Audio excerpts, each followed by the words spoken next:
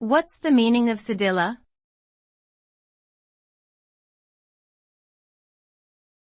Cedilla.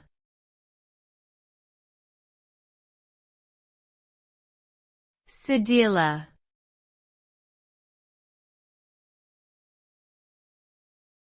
Cedilla.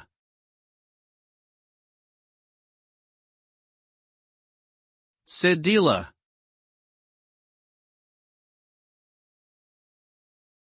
A cedilla is a diacritical mark that appears beneath the letter C in certain languages, such as French, Portuguese, and Catalan.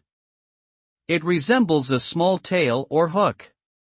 When applied to the letter C, it causes the letter to be pronounced as a soft S sound instead of a hard K sound. The cedilla allows for more accurate phonetic representation of certain words in these languages. For example, the French word garçon should be pronounced as garçon with the cedilla indicating the soft S sound.